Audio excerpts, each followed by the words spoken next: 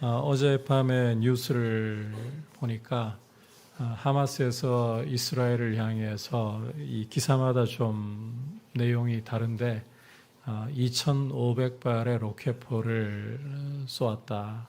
어떤 기사에서는 5,000발이다. 또 어떤 기사에서는 7,000발이다. 이렇게 기사가 떴습니다. 현재 피해 상황을 보니까 이스라엘 쪽은 300명가량의 사망자가 나오고 팔레스타인도 또 한 200여 명가량의 사망자가 나와서 이 확전으로 번질 가능성이 굉장히 커져 있습니다. 함께 여러분께서 기도해 주시고 더 이상의 전쟁으로 목숨을 잃는 이런 피해가 없도록 주님이 이 문제 가운데 선하게 역사해 주시기를 위해 기도해 주시기를 바랍니다. 사람은 말을 들을 때에 결코 100% 객관적으로 듣지 않습니다. 오히려 자기 마음이 가는 대로, 관심이 가는 대로 들으려는 경향이 굉장히 강합니다.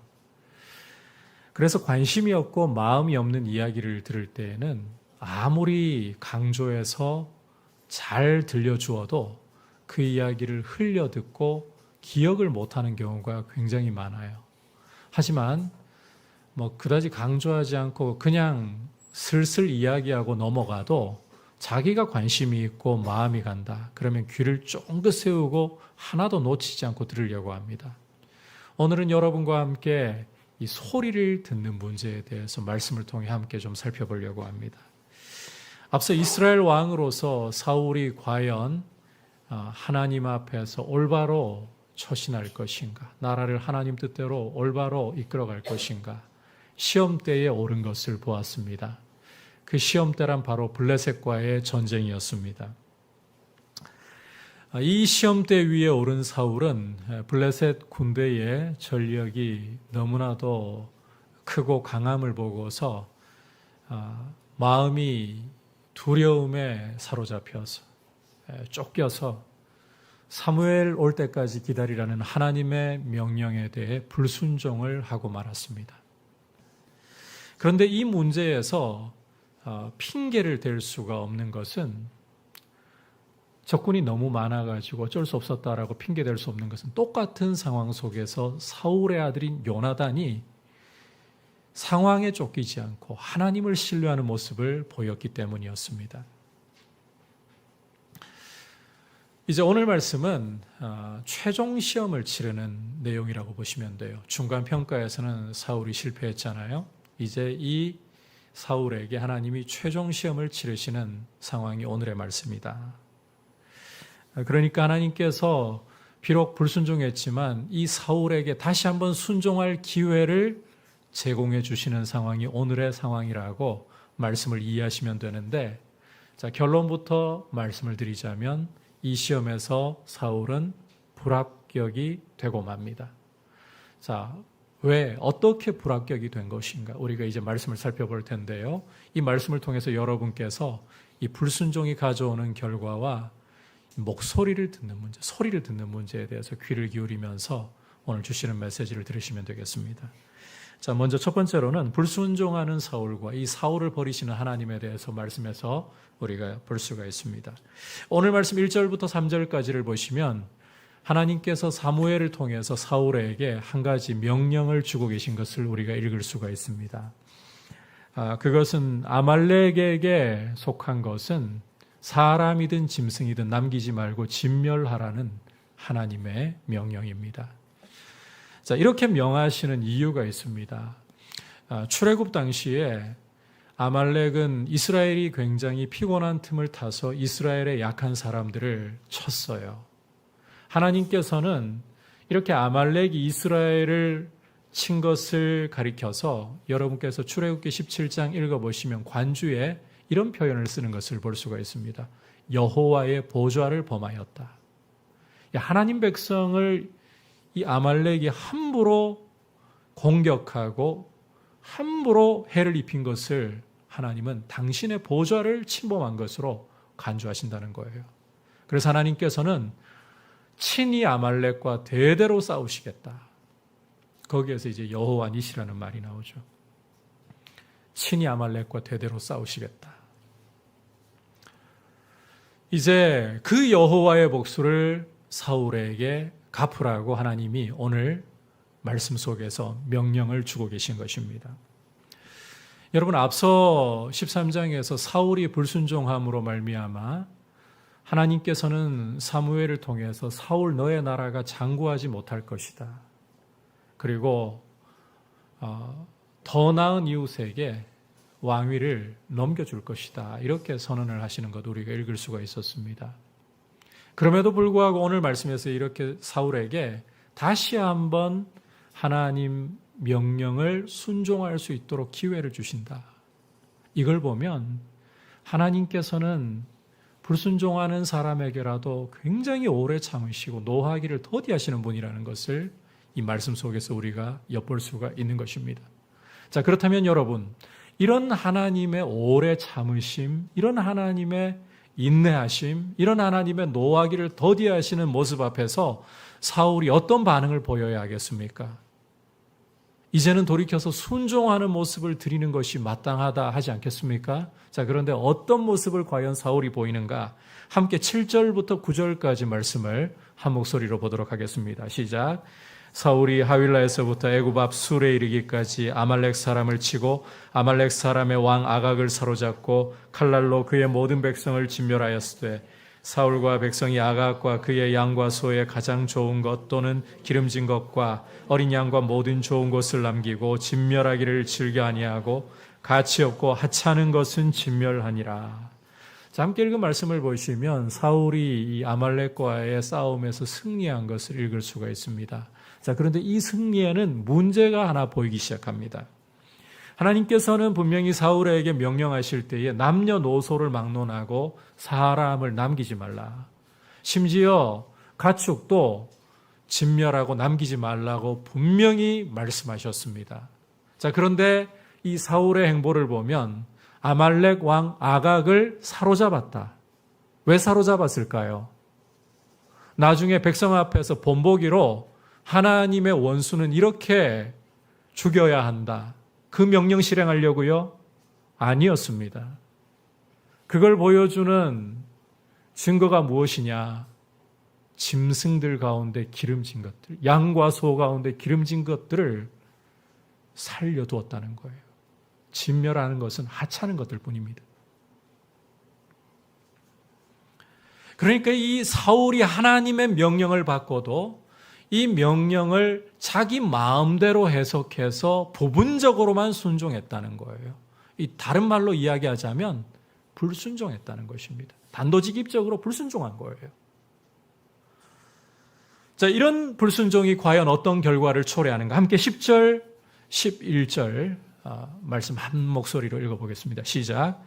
여호와의 말씀이 사무엘에게 임하니라. 이르시되 내가 사울을 왕으로 세운 것을 후회하노니 그가 돌이켜서 나를 따르지 아니하며 내 명령을 행하지 아니하였음이니라 하신지라. 자, 사울의 불순종의 결과는 하나님이 그를 왕으로 세우신 것을 후회하시는 것이다. 후회하시는 것이다. 그리고 이 하나님이 후회하신다는 것은 여러분이 23절을 읽어보시면 하나님이 사울을 버리셨다. 그러니까 사울이 하나님의 말씀을 버린 결과는 하나님께서도 사울을 버리시는 결과를 초래했다는 것입니다. 여러분, 계속 이야기를 드리고 있지만 이 사울의 불순종은 오늘 말씀에서 처음 있는 일이 아니에요. 이것은 13장에서부터 계속 이어져 오고 있는 문제입니다. 블레셋과의 전쟁에서 상대방 군사의 이 강함이 너무 압도적이니까 두려움에 사로잡혀서 사무엘 기다리지 못하고 하나님께 자기가 제사를 지내고 말았잖아요. 그런데 여러분, 이 불순종은 단순히 연약함 때문이 아니었습니다.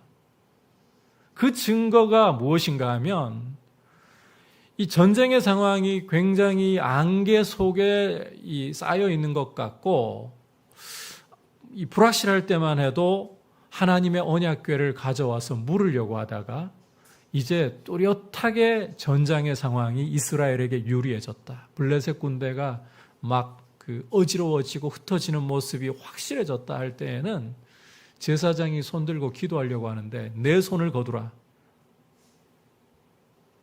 하나님께 묻는 척 하다가 아예 하나님은 관심도 없다. 유리해지니까, 상황이 유리해지니까 관심도 없다. 이게 사울의 태도였어요. 그러니까 사울의 이 불순종은 하나님을 이용하는 태도에서 확실하게 드러나 있는 연약한 문제 아니라는 겁니다. 이런 사울의 불순종, 이런 사울이 하나님을 이용하려고 하는 태도가 오늘 말씀에서는 이제 정점을 찍고 있다는 거예요. 정점을 찍고 있다. 그 결과는 바로 하나님의 후회하심이고 하나님의 버리심이라는 것입니다. 자, 그런데 여기서 우리가 잠시 오늘 말씀 29절로 좀 건너가서 보시면 이렇게 말씀하는 것을 읽을 수가 있어요. 이스라엘의 지존자는 거짓이나 변개함이 없으시니 그는 사람이 아니심으로 결코 변개하지 아니하심이니이다. 그리고 로마서 11장 29절을 또 읽어보면 하나님의 은사와 부르심에는 후회하심이 없느니라 이렇게 말씀하는 것도 읽을 수가 있습니다. 따라서 여러분, 하나님이 변개하심이나 거짓이 없는 분이라면, 그 은사와 부르심에서 후회하심이 없는 분이시라면 사울을 선택해서 왕으로 세우신 것에 대해서도 후회하심이 없다라고 하셔야 정상 아닐까요? 그게 정상 아닐까요? 여러분, 우리가 후회한다라는 표현을 쓸 때 주로 어떤 경우입니까? 우리가 어떤 말을 하고 행동을 하고 어떤 결정을 내린 것에 대해서 실수다라고 생각할 때 후회한다 이런 표현을 주로 쓰곤 하잖아요. 그렇다면 오늘 말씀에서 하나님이 후회하신다는 표현을 쓰셨다는 것은 사울 선택한 것이 하나님의 실수였단 말입니까? 자, 우리가 이 성경에서 하나님이 후회하신다는 표현을 쓴 것을 두 군데 찾아볼 수가 있습니다. 두 군데. 첫 번째는 창세기 6장 6절에서 하나님이 땅 위에 사람 지으셨음을 한타나사, 이 한타나사라고 하는 걸 히브리어로 보면 후회하다라는 뜻을 가지고 있는 나함이라는 동사를 쓰고 있어요. 그리고 두 번째는 오늘 말씀에서 사울을 선택하신 것을 후회하셨다. 역시 나함을 쓰고 있습니다. 자, 결론부터 좀 말씀을 드리자면 이 창세기 6장 6절에서 하나님이 사람 지으셨음을 후회하셨다. 그리고 오늘 말씀에서 사울을 왕으로 선택하신 것을 후회하셨다. 이것은 하나님이 실수했다. 이 이야기를 하고자 하시는 뜻이 전혀 아니라는 거예요. 하나님의 후회하심이라는 것은 우리가 생각하는 개념과는 다릅니다. 결론부터 이야기하자면 이것은 도저히 인간의 언어로는 표현할 수 없는 하나님의 심경을 표현하고자 하니까 이 표현밖에는 쓸 수가 없었다는 거예요. 도저히 하나님 심경이 표현이 안 돼서 인간의 언어로는 표현할 수가 없어서 후회하심이라는 단어를 사용할 수밖에 없었다. 참고로 창세기 6장 6절을 다시 한번 좀 살펴보면 하나님이 사람 지으셨음을 후회하사 다음에 어떤 말씀이 따라오고 있습니까? 마음에 근심하셨다. 마음 아파하셨다라는 말이거든요. 이게 지금 같이 묶여가지고 쓰이고 있어요. 자, 그러니까 이제 하나님이 후회하셨다는 표현을 우리가 성경에서 어떻게 쓰는지를 여기서 엿볼 수가 있는데 너무나도 고통스러운 하나님의 마음. 말로 표현이 도저히 안 되어서 후회한다라고 밖에는 표현할 수 없을 정도의 고통스러운 하나님의 마음을 이 단어로 쓰고 있다는 겁니다. 그러니까 여러분, 하나님께서 인간을 세상에 지으신 것을 후회하셨다는 것은 앞으로 심판해 버리실 거니까 기계적으로 감정도 없이 심판하시겠다는 뜻이 아니라는 거예요. 하나님은 괴로워하고 계시는 거예요. 고통스러워하고 계시는 거예요. 그렇다면 오늘 말씀 속에서도 하나님이 사울이 불순종하는 것을 보시고 사울 선택하신 것을 후회하셨다. 너무나도 고통스러운 하나님의 심경을 이렇게 표현하고 있는 겁니다.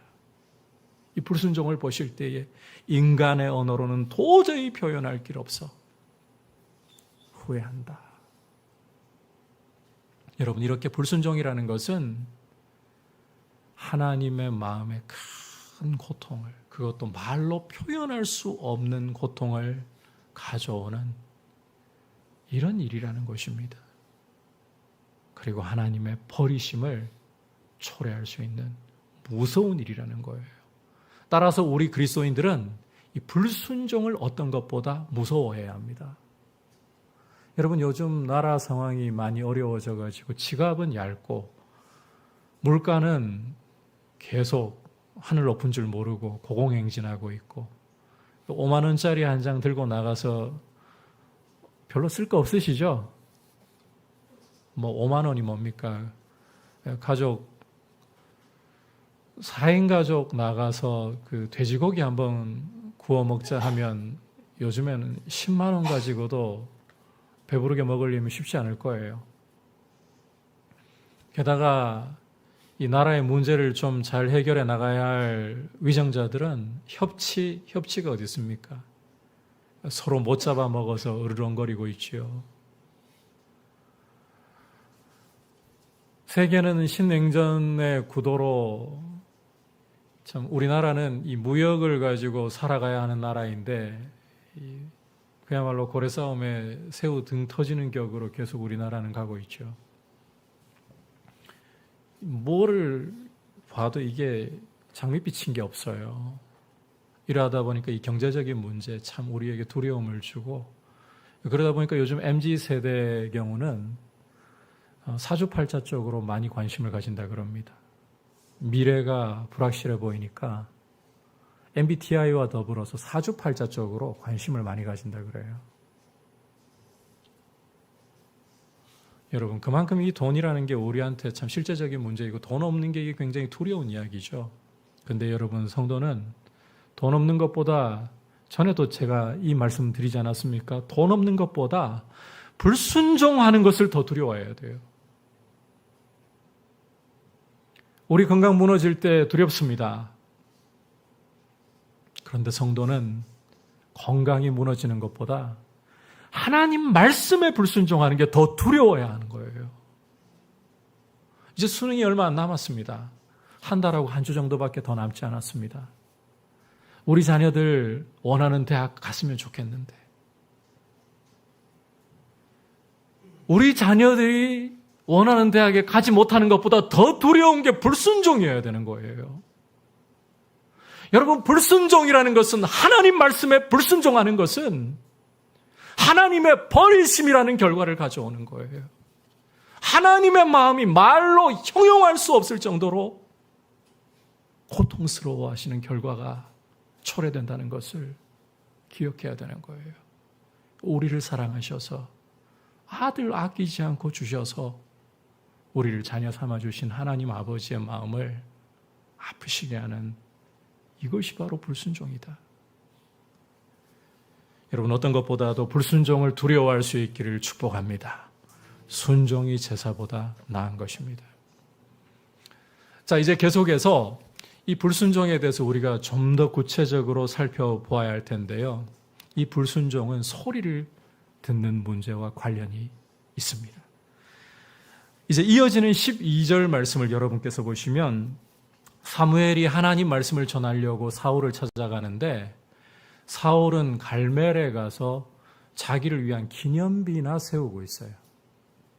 아말렉을 쳐가지고 승리한 게 자기의 공이라고 자랑하고 싶어 견딜 수 없어서 기념비까지 세우고 있는 겁니다. 더욱이 13절을 여러분께서 보시면, 사무엘이 사울에게 이르자 이제 사울은 사무엘을 반갑게 맞이하면서 내가 여호와의 명령을 행하였나이다. 사무엘을 축복하면서 이런 이야기까지 하고 있습니다. 여러분, 불순종하니까 눈이 가려져도 단단히 가려졌다는 거예요. 착각에 빠져 있는 겁니다. 하지만 사무엘은 이런 사울의 자랑에 대해서 들뜬 마음에 대해서 아랑곳하지 않고 찬물 확 던져버립니다. 함께 14절 읽어보도록 하겠습니다. 시작. 사무엘이 이르되 그러면 내 귀에 들려오는 이 양의 소리와 내게 들리는 소의 소리는 어찌 됨이니까 하니라. 여러분, 이 말씀을 가만히 보시면 사무엘은 사울의 승리에 아예 관심 없어요.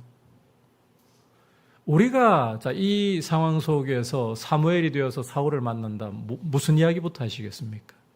그래도 예의 차려가지고 아말렉과의 전쟁에서 승리를 하셨으니 왕에게 먼저 축하를 건네드립니다. 잘하셨습니다. 이 한마디 하지 않겠습니까? 그런데요, 사무엘은 이런 승리에 대해서 아예 1도 관심이 없어요.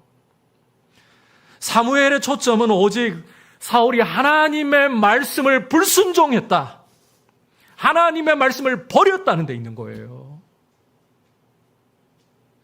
따라서 사무엘은 자신의 귀에 들려오고 있는 소리, 들려와서는 안 될 소리를 지적하지 않을 수가 없습니다. 그 소리가 무엇이냐? 바로 양의 소리와 소의 소리라는 것입니다.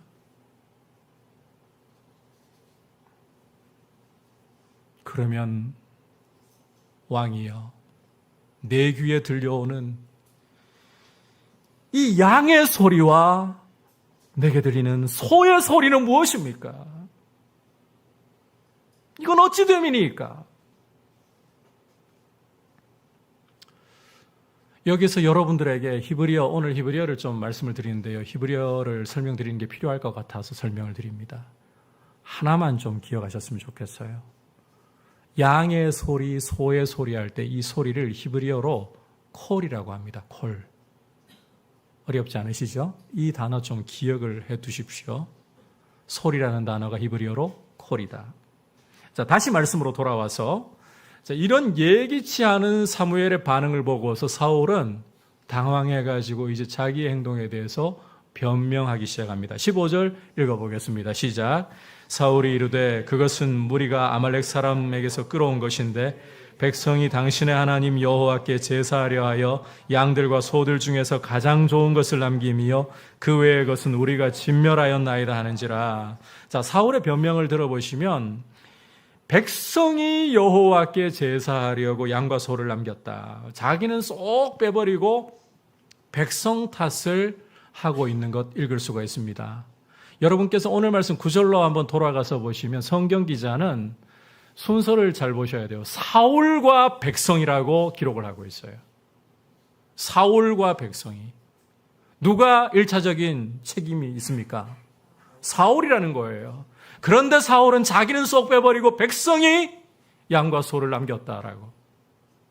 그리고 양과 소를 남긴 것도 제사하기 위해서라고 변명거리를 삼고 있습니다. 책임을 회피하기 위한 가림막으로 삼고 있다는 거예요.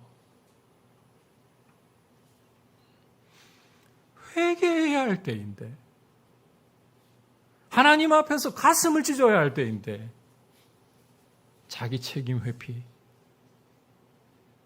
자기는 괜찮은 사람이라고 자기를 보호하려고. 자, 이런 사울에게 이제 사무엘은 하나님의 말씀을 단도직입적으로 전하고 있습니다. 함께 17절부터 19절까지 어떤 말씀을 주시는가 같이 보겠습니다. 시작. 사무엘이 이르되 왕이 스스로 작게 여길 그때에 이스라엘 지파의 머리가 되지 아니하셨나이까.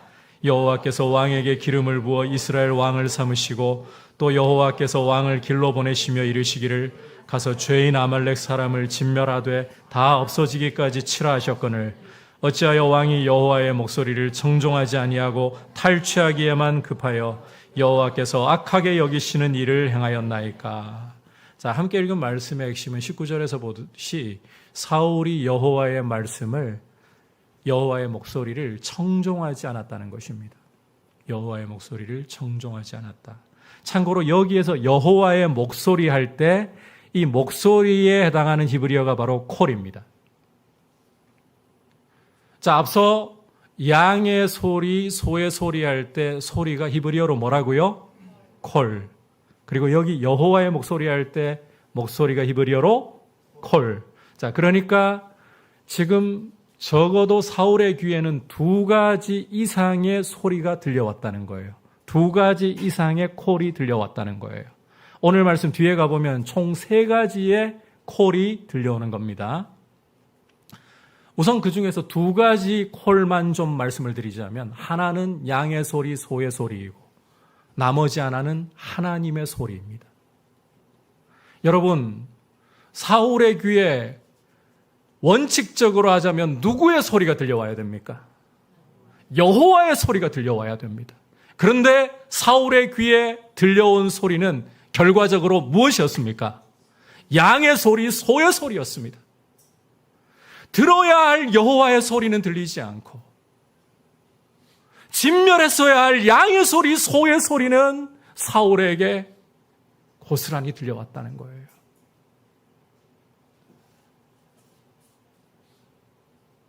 그 결과는 사무엘이 19절에서 책망하는 것처럼 탈취하기에 급하여 여호와께서 여기시는 악한 일을 저질렀다. 탈취자로 변해버린 거죠. 탈취자. 자, 이 정도로 단도직입적으로 사무엘이 지적을 하는데 사울은 또 자기 변명에 급급합니다. 2차로 변명하기를, 같은 이야기를 또 반복하고 있어요. 20절, 21절 보시면 자기는 여호와의 소리를 들었다. 안 들은 게 아니다. 그러니까 아각을 사로잡은 거 아니냐. 다만 백성이 가장 좋은 것으로 하나님께 제사하려고 하니까 양과 소에 좋은 거 남긴 것일 뿐. 그런데 여러분, 이 변명은 더 이상 하나님은 고사하고 사무엘도 속일 수 없어요. 이제 사무엘은 이런 변명을 듣고 사울에게 단호하게 말씀을 전하고 있습니다. 22절, 23절 읽어보겠습니다. 시작. 사무엘이 이르되 여호와께서 번제와 다른 제사를 그의 목소리를 청종하는 것을 좋아하신 같이 좋아하시겠나이까? 순종이 제사보다 낫고 듣는 것이 수량의 기름보다 나으니 이는 거여가는 것은 점치는 죄와 같고 완고한 것은 사신 우상에게 절하는 죄와 같음이라. 왕이 여호와의 말씀을 버렸으므로 여호와께서도 왕을 버려 왕이 되지 못하게 하셨나이다 하니. 자, 이 사무엘을 통해 주시는 말씀을 귀 기울여 들어보면 백성 핑계는 아예 논할 가치조차 없고 제사를 드리려고 했다. 이것조차도 하나님 목소리 듣지 않은 것에 대해서 변명이 될 수 없다는 것입니다. 여러분, 하나님의 소리를 듣는 것, 여호와의 콜을 듣는 것은 하나님이 그 어떤 제사보다도 더 기뻐하시는 것이고 더 원하시는 것이다.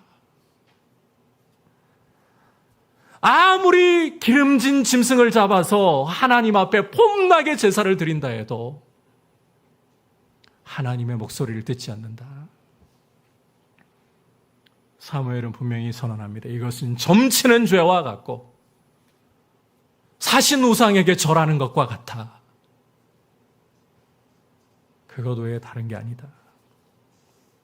여러분, 이처럼 여호와의 소리를 듣는 문제는 중대하고 심각한 문제라는 거예요.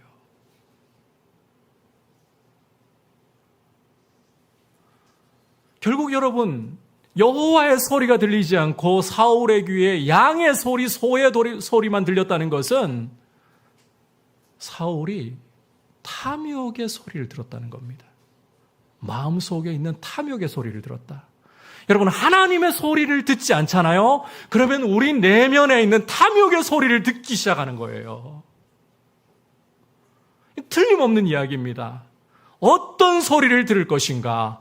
여러분이 하나님의 소리를 귀 기울여 듣지 않으면 내면에 있는 여러분의 탐욕의 소리에 귀를 기울이기 시작합니다. 따라서 모양만 다를 뿐 결국은 사울처럼 탈취자의 길로, 욕심 채우는 자의 길로 걸어가게 되는 거예요. 그리고 하나님께서는 바로 이것을 점을 치는 것과 같고 사신 우상을 섬기는 것과 마찬가지다, 이렇게 보신다는 거예요. 아무리 화려한 예배를 드린다 해도, 아무리 경건한 모양으로 예배의 자리에 앉아있다 해도 하나님의 소리를 귀 기울이지 않는다. 하나님 말씀을 순종하지 않는다. 점치는 것입니다. 사신 우상에게 절하는 것입니다. 그런데 여러분, 이걸로도 끝이 아니에요. 하나님의 소리를 듣지 않으면 이제는 외부적으로 또 다른 소리를 듣게 되는데, 잘 들으십시오. 사람의 소리를 듣기 시작해요. 세상의 소리를 듣기 시작한다는 거예요. 그 결과는 사람 눈치 보고 사람 앞에 자기 체면을 세우기에 급급한 모습으로 전락을 해버린다는 것입니다.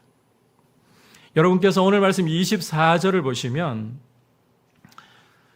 사울이 이제 변명을 해도 사무엘에게 더 이상 통하지 않으니까 자기가 범죄했다라는 말을 드디어 합니다. 그런데 이렇게 변명을 구차하게 하나 더 달아요. 내가 여호와의 명령과 당신의 말씀을 어긴 것은 내가 백성을 두려워하여 그들의 말을 청종하였음이니이다. 그들의 말을 청종하였음이니이다.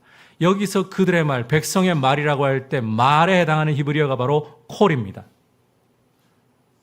그러니까 이 하나님의 소리에 귀를 안 기울이니까 탐욕의 소리를 내면적으로 들을 뿐만 아니라 외부적으로는 백성의 소리, 사람의 소리에 귀를 기울이고 있다는 거예요. 사람 두려워하고 눈치 보기 시작한다는 거예요. 그래서 25절 이하를 보시면 사울은 사무엘에게 자기와 함께 가서 여호와께 경배하자고